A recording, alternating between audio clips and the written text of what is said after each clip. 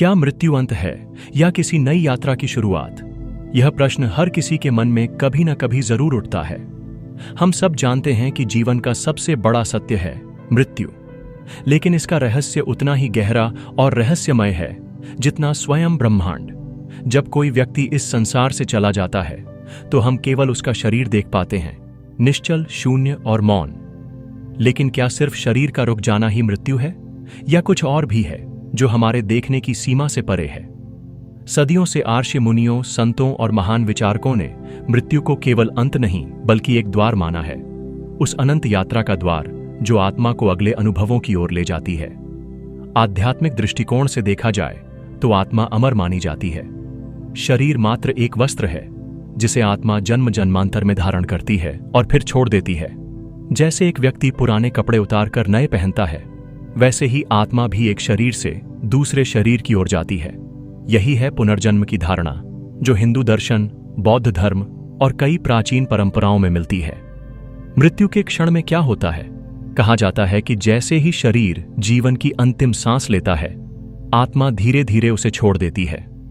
कुछ लोगों ने नियर डेथ एक्सपीरियंस यानी मृत्यु के करीब के अनुभवों में बताया है कि उन्होंने अपने शरीर को ऊपर से देखा, एक उजाले की ओर जाते हुए महसूस किया और एक शांति का अनुभव किया जो शब्दों से परे था।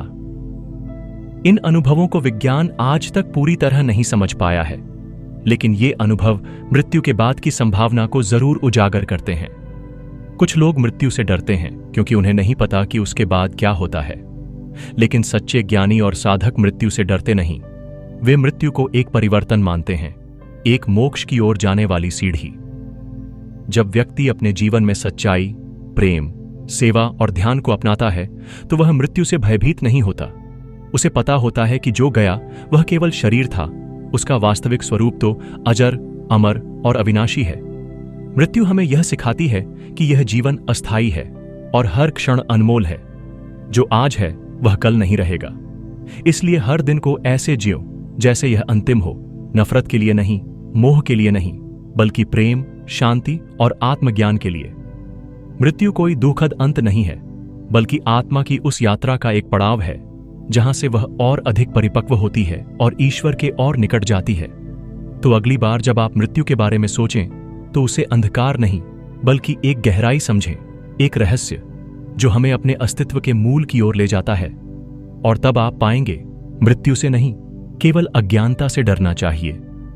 अगर आपको ये विचार अच्छे लगे हों तो चैनल को जरूर सब्सक्राइब करें, इस वीडियो को लाइक करें और कमेंट में बताएं आपके अनुसार मृत्यु क्या है। धन्यवाद।